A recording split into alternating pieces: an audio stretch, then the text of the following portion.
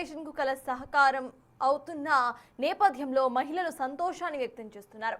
ఎప్పటి నుంచో ఎదురు చూస్తున్న కళ నెరవేరుతున్న తరుణంలో మహిళా బిల్లుకు అందరూ కూడా ఆమోదం తెలపాలని కోరుతున్నారు. ఇప్పటికే మహిళలు అన్ని రంగాల్లో కూడా ముందున్నారని, చట్టసభల్లో 33% రిజర్వేషన్లతో రాజకీయంగా మహిళలు ముందు వరుసలో ఉంటారని చెబుతున్నారు. నల్గొండ జిల్లా మహిళలతో మా ప్రతినిధి రమేష్ ఫేస్ టు ఫేస్. ఇప్పటి నుంచో ఎదురు చూస్తున్నటువంటి మహిళా రిజర్వేషన్ బిల్లు పార్లమెంట్ ముందుకు వచ్చింది. ఈ బిల్లు ఆమోదం పొందనుంది. త్వరలో 2029 నుంచి జరగబోయేటువంటి ఎన్నికల్లో మహిళలకు చట్టసభలో 33% రిజర్వేషన్ అవకాశాలు కూడా రానున్నాయి. దీనికి అన్ని పార్టీలు కూడా మహిళా రిజర్వేషన్ బిల్లుకు మద్దతు ప్రకటిస్తున్నటువంటి పరిస్థితి కనిపిస్తుంది. మహిళలు కూడా ఎంతో సంతోషం వ్యక్తం చేస్తున్నారు. ఇప్పటికే మహిళలు రిజర్వేషన్లు లేకున్నా కానీ ప్రజాప్రతినిధులుగా అంతా కూడా ఉన్నటువంటి పరిస్థితి కనిపిస్తుంది. ఈ 33% రిజర్వేషన్తో ఇక చాలా ఈజీ అవకాశం అని కూడా అంతా కూడా హర్షిస్తున్నటువంటి పరిస్థితి కనిపిస్తుంది. మొత్తం చాలా వరకు మహిళలు ఉన్నారు. ఇప్పటికే కార్పొరేటర్గా ఉన్నటువంటి మహిళ ఏం చెప్తారు? మొత్తం మీద అంతా కూడా దేశవ్యాప్తంగా ఇవాళంతా హర్షాతిరేకాలు వ్యక్తమవుతున్నాయి. మహిళలకు 33% రిజర్వేషన్ బిల్లు పాస్ కాబోతుంది. ఏం చెప్తారు? నిజంగా చాలా హ్యాపీగా ఉందండి. ఎందుకంటే మహిళలు ఎప్పటి నుంచో కలగన్నారు. ఈరోజు మహిళా సాధికారత సాధించాలి అని అంటే మహిళా రిజర్వేషన్ అన్నది ముఖ్యం. ఎందుకంటే చట్టసభల్లో కనుక 33% రిజర్వేషన్ ఎప్పుడైతే లభిస్తుందో అప్పుడు మహిళా ఎమ్మెల్యేల ప్రాతినిధ్యం పెరుగుతుంది. కాబట్టి మరి అప్పుడు వాళ్ళు నిర్ణయాలు తీసుకునే అవకాశం ఉంటుంది. కాబట్టి మహిళలకి కోసం మహిళలకు కావాల్సిన ఏవైతే మహిళలే చెప్పగలుగుతారు. అప్పుడే ఎప్పుడైనా ఏదైనా ఎన్నో ఉపన్యాసాలలో చూస్తాం, ప్రసంగాలలో చూస్తూ ఉంటాము, మహిళకు ఉన్నతమైన స్థానాన్ని కల్పిస్తాము అంటున్నారు. కానీ అది మాత్రము జరగట్లేదు. ఇప్పుడు కూడా ఇంకా అది ఆమోదించేంత వరకు కూడా మనకి అవుతుందా కాదా? ఎందుకంటే 2023 సంవత్సరంలో కాంగ్రెస్ ప్రభుత్వం కూడా దీనికి మద్దతు తెలిపింది. కానీ 2024లో ఆమోదం తెలపలేదు. తర్వాత వచ్చే ఎలక్షన్స్లలో మేము మహిళా బిల్లును మేము పెడతామని బీజేపీ గవర్నమెంట్ చెప్పింది. అంటే ఎప్పుడు ఉంది, కానీ ఇప్పుడు కూడా దీని మీద కూడా ఎన్నో సంశయాలు. అసలు ఇది ఆమోదం తెలుపదా? ఎందుకంటే ఈరోజు డీలిమిటేషన్ అనే ప్రక్రియ కూడా ఒకటి ఉన్నది. దీనికి ముడిపెడుతున్నారు ఈరోజు డీలిమిటేషన్ ప్రక్రియకి మరియు మహిళా బిల్లుకి. కానీ ఎప్పుడైనా ఏదైనా ఒక బిల్లును తీసుకొచ్చినప్పుడు విడివిడిగా జరగాలి.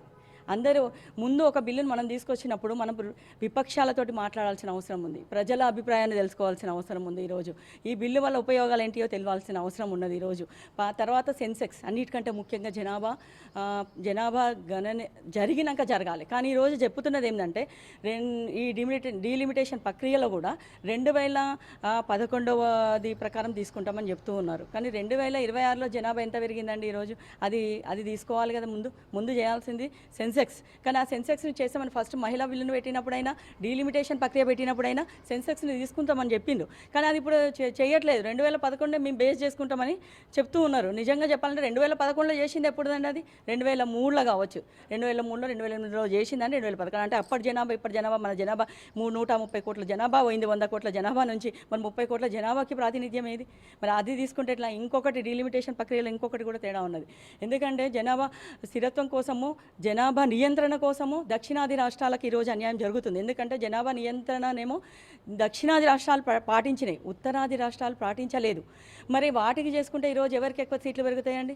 ఉత్తరాది రాష్ట్రాలకు సీట్లు పెరుగుతాయి. అంటే ఈ ఢిల్లీ పీఠం మీద నిర్ణయం తీసుకునే అధికారం దక్షిణాది రాష్ట్రాలకు లేదు కదా. నిజంగా చెప్పాలంటే భారతదేశ అభివృద్ధిలో దక్షిణాది రాష్ట్రాలదే ఎక్కువ పర్సెంటేజ్ ఉన్నది. ఈరోజు చూసుకుంటే జీఎస్టీ కట్టేది ఎవరిది? జీడిపి గ్రోత్లో ఎవరిది ఉన్నది? మన 5 రాష్ట్రాలదే ఉన్నది ఈరోజు. కానీ ఈ 5 రాష్ట్రాలకి ఈరోజు మీరు డీలిమిటేషన్ ప్రక్రియ ప్రకారం కనుక మీరు 8 డీలిమిటేషన్ ప్రక్రియ ప్రకారం జరిగిన అన్యాయమే. 50% సీట్లు పెంచుతామన్నా కూడా అన్యాయమే జరుగుతుంది. ఈరోజు ఏ విధంగా తీసుకున్నా కూడా అన్యాయమే జరుగుతుంది ఈరోజు. ఎందుకంటే విపక్షాల అభిప్రాయం తీసుకోవాలి, ప్రజల అభిప్రాయం తీసుకోవాలి. ఏది జరిగినా పారదర్శకంగా జరిగినప్పుడే, దానికి మరి సమగ్రంగా జరిగినప్పుడే కానీ అది కరెక్ట్గా అవుతుంది. ప్రజలు కూడా హర్షిస్తారు.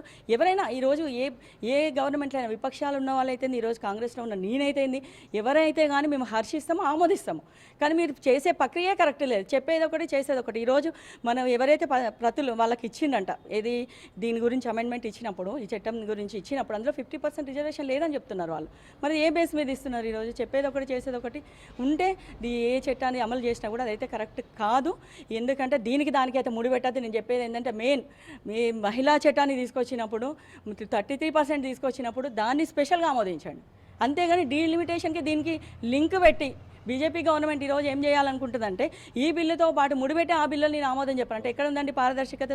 స్త్రీల మీద ఎక్కడ గౌరవం ఉన్నదండి? స్త్రీ చట్టాన్ని తీసుకొస్తామని ఎక్కడ అంటున్నది? ఇక్కడ తీసుకొస్తామని పైకేమో తీసుకొస్తామని చెప్తున్నది, లోపడేమో ఇట్లాంటి ప్రవర్తిస్తున్నది. ఎవరు ఏ పార్టీ వ్యతిరేకం కాదండి, స్త్రీలకు ఏ పార్టీ వ్యతిరేకంగా ఉండదు. స్త్రీ చట్టాన్ని తీసుకొస్తున్నామంటే ఏ పార్టీ వ్యతిరేకించదు. కానీ ఈరోజు డీలిమిటేషన్కి యాడ్ చేస్తున్నారు వాళ్ళు. ఆ చట్టంతో పాటు ఈ చట్టాన్ని తీసుకొస్తామనేసరికి వ్యతిరేకిస్తున్నారు. అది గమనించాలి. ఈరోజు ఎవరైనా ప్రజలైనా సరే ఏందమ్మా ఈ పార్టీ వ్యతిరేకిస్తుంది, ఆ పార్టీ వ్యతిరేకిస్తుంది, ఎందుకు వ్యతిరేకిస్తుంది? ఈరోజు నువ్వు సపరేట్గా ఏ చట్టమైనా, ఇప్పుడు ఈ చట్టం అంటే మహిళా చట్టం అంటే మహిళా చట్టమే సపరేట్గా చెప్పండి, డీలిమిటేషన్ అంటే డీలిమిటేషన్ సపరేట్గా వాళ్ళకి పంపించండి. ఆ రోజు ఆమోదం తెలపండి. ఈరోజు లోక్సభలనైనా రాజ్యసభలనైనా దేంట్లోనైనా అట్లా ఆమోదం తెలపండి. ఈరోజు దీని ప్రకారం కనుక మనం వాళ్ళు అనుకున్న ప్రకారం కనుక చేస్తే మన దక్షిణాది రాష్ట్రాలకు పెరిగేదానికంటే క్షీణత ఎక్కువ ఉంటుంది. పర్సెంటేజ్ ప్రకారం మనం చూస్తే క్షీణత ఎక్కువగా ఉంది, మనకే ఉంది. అంటే మనము ఢిల్లీలో ఈరోజు ప్రధానమంత్రిని నిర్ణయం చేసే అధికారము మనకు కోల్పోతాము. ఈ రోజైనా మనకు న్యాయం జరగాల్సిన అవసరం అయితే ఉంది. కాబట్టి ఈరోజు పోరాడుతున్నాయి, వ్యతిరేకిస్తున్నాయి. కానీ దీన్ని స్త్రీ చట్టాన్ని వ్యతిరేకిస్తున్నాయి, మహిళా చట్టాన్ని అని చెప్పడం అయితే కరెక్ట్ కాదు. మహిళా చట్టానికి ఎవరు వ్యతిరేకం కాదు. ఈరోజు చెప్పండి, మహిళలు ఇప్పటికే అన్ని రంగాల్లో ముందున్నారు. ఇప్పుడు ఆ చట్టసభల్లో కూడా 33% రిజర్వేషన్ రాబోతుంది, ఏమనుకుంటారు? నేను ఒక మామూలు గృహిణినండి. మహిళా చట్టాలు ఇవన్నీ కాదండి, మామూలు స్త్రీకి జరిగే అన్యాయాలు మనం చేసి ఈ బిల్లులో చాలా ఆమోదించండి. మామూలుగా మనకి ఇప్పుడు ఢిల్లీకి అవన్నీ కదండి, గృహిణికి ఏం కావాలి? ఒక ఆడపిల్ల బయటికి వెళ్ళి మంచి చదువుకొని తను ఒక పొజిషన్. ఇప్పుడు మనం చూస్తున్నాము ఎన్ని జరుగుతున్నాయండి. మహిళా బిల్లు అంటే మామూలు గృహిణికి ఏం అర్థమవుతుంది అంటే మహిళకు ఒక ప్రత్యేకత ఉంది అనుకుంటాము. అదేంటో మాకు డీలిమిటేషన్ ఇవన్నీ మాకు తెలియదండి. మహిళా ప్రత్యేకత తను చెప్పినట్టు దక్షిణాది రాష్ట్రాల ప్రకారం మహిళలకి ఎంత ఉన్నత స్థితి ఇవ్వాలో అది ఇవ్వండి. ఫస్ట్ మహిళా చట్టం ఎందుకు వచ్చిందో దాని అమెండ్మెంట్స్ ఏంటో క్లియర్గా ప్రజలకు అర్థమయ్యేది చెప్పండి, మహిళలకు అర్థమయ్యేట్టు. ఇప్పుడు నేను నా కూతురు పంపించాలండి ఎక్కడికైనా అంటే సెక్యూరిటీ ఏది? అసలు మహిళకి ఏముంది, ఎట్లా సెక్యూరిటీ దేని ద్వారా వస్తుంది? అమెండ్మెంట్స్ అని ఇవ్వండి. ఒక దీంట్లోనే కదండి, ప్రతి ఒక్క దాంట్లో మహిళకి మాత్రం ఛాన్స్ ఇవ్వండి. మేము కోరుకునేది అది. చూడొచ్చు, మొత్తం కూడా మహిళలంతా కూడా హర్షిస్తున్నటువంటి పరిస్థితి కనిపిస్తుంది. అయితే కొన్ని రాజకీయ పార్టీలు కూడా విమర్శలు చేస్తున్నప్పటికీ కూడా మొత్తం డీలిమిటేషన్కి మహిళా రిజర్వేషన్ బిల్లుకి ముడిపెట్టకుండా చూడాలని, అదేవిధంగా కాంగ్రెస్ పార్టీ విషయానికి వస్తే గతంలోనే 2003లోనే ఈ మహిళా రిజర్వేషన్ బిల్లుకు పూర్తి స్థాయిలో మద్దతు ఇచ్చాం. అది 2024లో ఎందుకు అమలు చేయలేదని కూడా చెప్తున్నటువంటి పరిస్థితి కనిపిస్తుంది. ఏదేమైనప్పటికీ కూడా 33% రిజర్వేషన్తో వచ్చే ఎన్నికల్లో కూడా మహిళలు ఆ పోటీలోకి దిగబోతున్నారు. అదేవిధంగా డీలిమిటేషన్ ప్రక్రియతో కూడా కొత్తగా నియోజకవర్గాలు పెరగడం, అదేవిధంగా మహిళా రిజర్వేషన్లు రావడం అంతా కూడా మహిళలకు ప్రాతినిధ్యం లభిస్తుండడం కూడా అంతా కూడా హర్షం వ్యతిరేకిస్తున్నటువంటి పరిస్థితి నల్గొండ జిల్లాలో కనపడుతుంది. వీడు రవితో రమేష్, బిగ్ టీవీ, నల్గొండ.